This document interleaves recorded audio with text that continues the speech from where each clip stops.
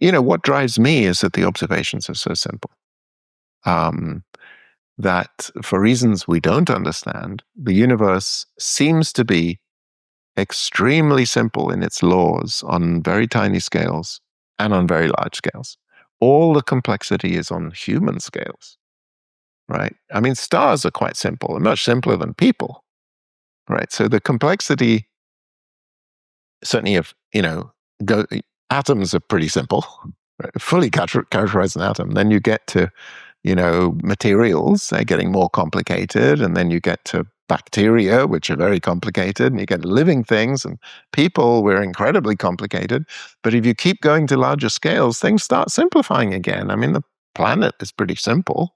The Earth, the sun, you go to the larger scale you go to, things get simpler and simpler. We see black holes, which are very big, but they're extremely simple. Black hole just has a mass, angular momentum, charge, it's like an elementary particle. And then you get to the whole universe. Again, it's astonishingly simple on large scales. So, what I think of our job is as physicists, is to understand the simple things, the very small, the very large. And those seem to be incredibly well modeled by very precise mathematical formulae. That doesn't explain everything at all. It only explains the extremes. And then we have to somehow understand how this interaction between the very large and the very small ends up producing complexity and life and consciousness and all these wonderful things which physics is not ready to address yet, because just too difficult. I subscribe to The Economist. Their science and their AI coverage is among the best I've found anywhere.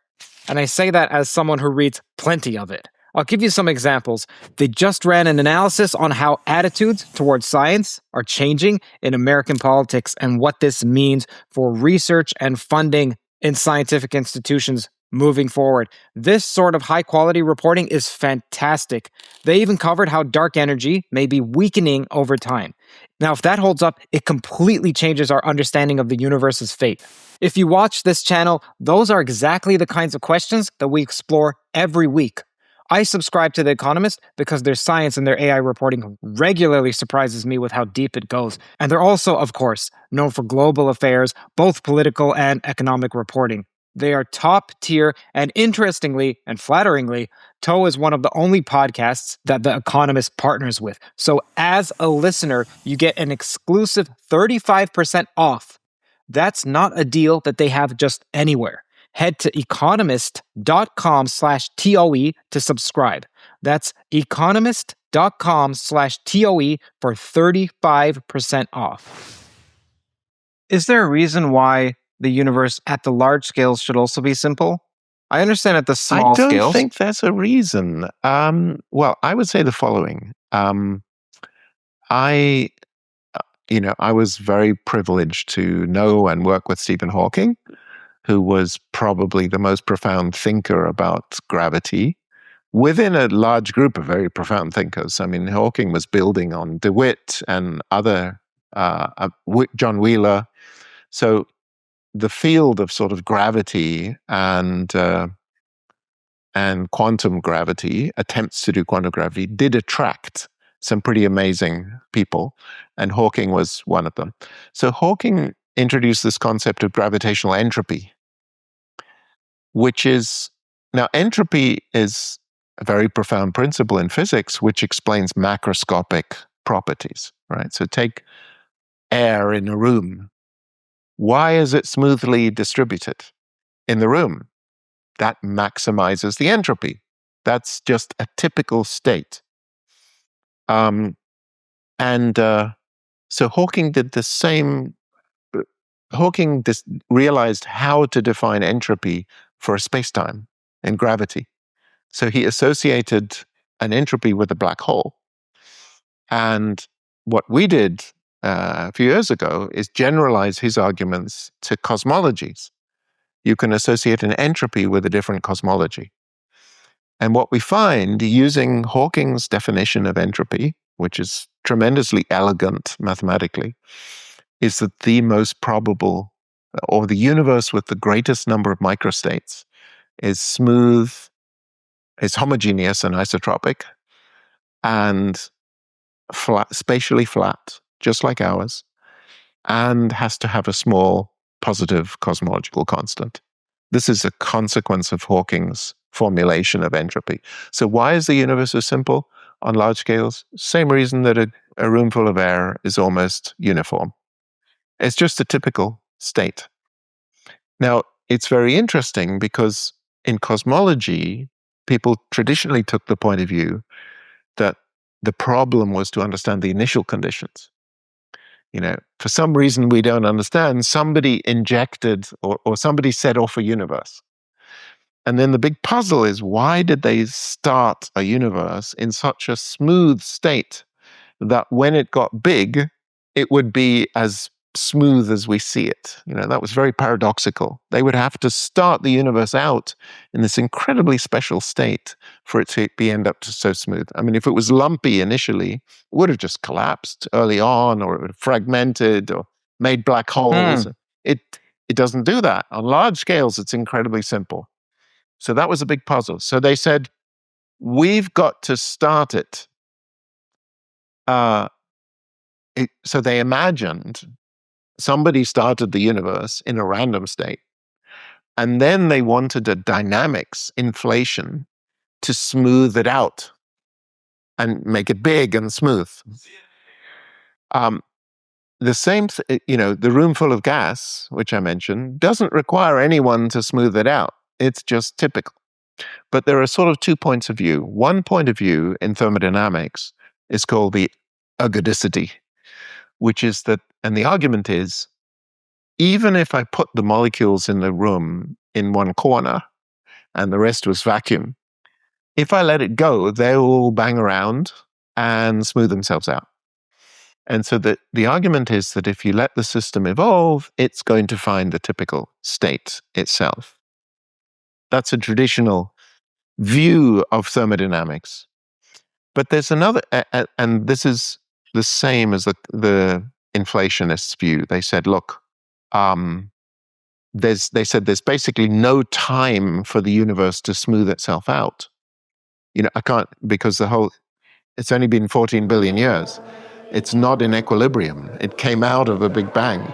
There wasn't time. And this is where the horizon argument comes in. They said, two patches of space that were causally disconnected couldn't interact. So how could they smooth themselves out? It's impossible, right? But this is within the philosophy of ergodicity. Now, there's another philosophy which says, no, ergodicity has nothing to do with thermodynamics, okay? What you do is you put your molecules in a room, you quantize them. That's very important because that makes the states discrete. And then you say, okay, what are the quantum states which are consistent with the macroscopic observables? The total energy in the room, the total number of atoms, that's a subset of the quantum states. And then I just pick one at random. Okay, because it's discrete, it provides a measure, right? There's a finite number of states, and they're all equally likely. So just pick one. And what you'll find is a typical state looks exactly like the room. It's smooth, homogeneous, because those are typical. You don't need any dynamics to get a typical configuration. Just pick it out of a hat. So with cosmology, that's, I believe, is the right way to look at the universe. You don't need dynamics to smooth it out. You just need a measure. You need a way of counting the different possible states of a space-time, right? That's kind of, it's a bit mind-boggling that I have to think about the entire history of the universe and ask, how many different histories are there? But in general relativity, that's what you have to do. The basic object is a space-time. And you must count how many states are there for a space-time. But this is exactly what Hawking's formula does. So we just applied Hawking's formula. You see how many states there are, and then you see which macroscopic parameters correspond to more states. And you find that there are more states when the universe is smooth, for just the same reason that there are more states for gas in a room when it's smooth. It's very unlikely that all the molecules go in one corner. And so, so the point of view of simply counting states is, I believe, much more profound view and much more appropriate for cosmology.